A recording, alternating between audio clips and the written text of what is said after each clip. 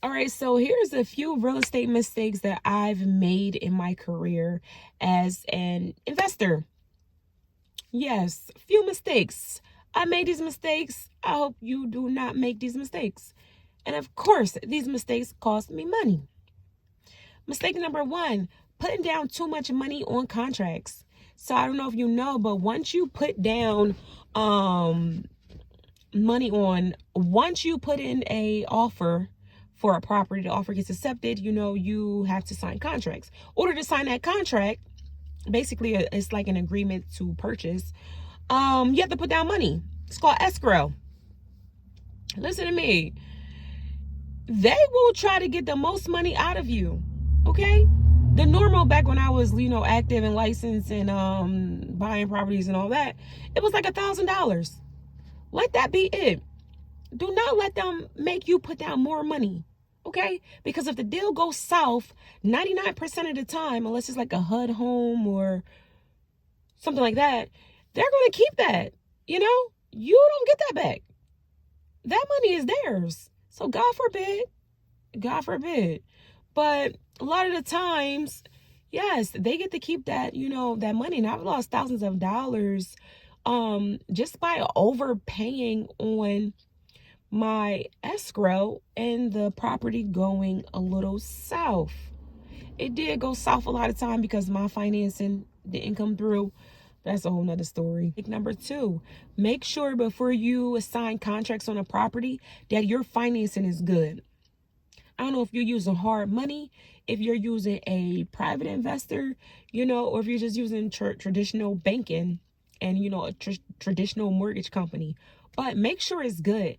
Make sure you don't go out and buy a new car and just do something dumb to your credit to the point where, you now don't qualify for the loan. So those two together, you putting down extra money on your escrow and then your loan or financing going south, that's an automatic loss.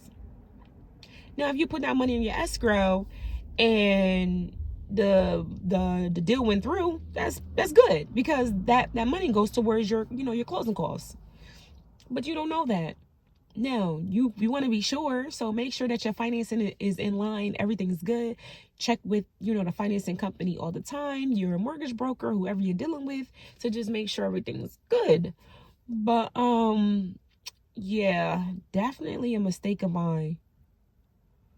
Do not go with bad or iffy financing, or if a mortgage broker is funny. Listen, if a mortgage broker wants you to give them money, it's a no. That's a crooked mortgage broker, and I've dealt with that. That's a whole nother story. I'll probably do that another story time or something. But if you have a mortgage company or a mortgage broker and he's telling you, oh, you got to give me a couple $100 in order to get this mortgage, don't. Mortgages don't cost. Mortgages cost, but not in that way. You don't got to pay them on top commission. They get their money on the back end.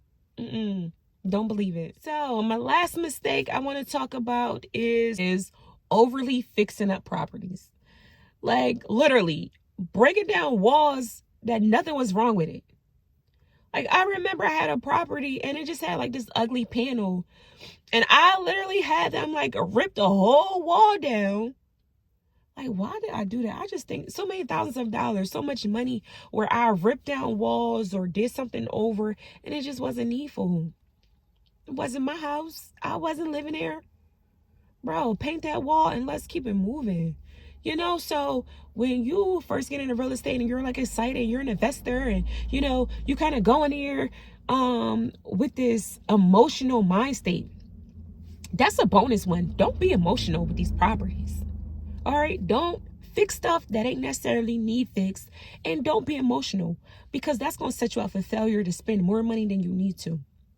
You fixing stuff to the standard of which you would do it if you were living there, which you're not, because this is an investment property, right? And then you're all emotional, thinking oh my goodness, my first property. Oh, I want it to be so nice. Ooh. No, you want it to be livable. You wanted to pass, your so you can get your CO. So you wanted to pass your inspection and zoning. And you probably wanted to be like, cute. Don't get me wrong. You want to modernize it. But if it not broke, don't fix it. Slap some paint in some floors. You got a brand new house. That's all you need.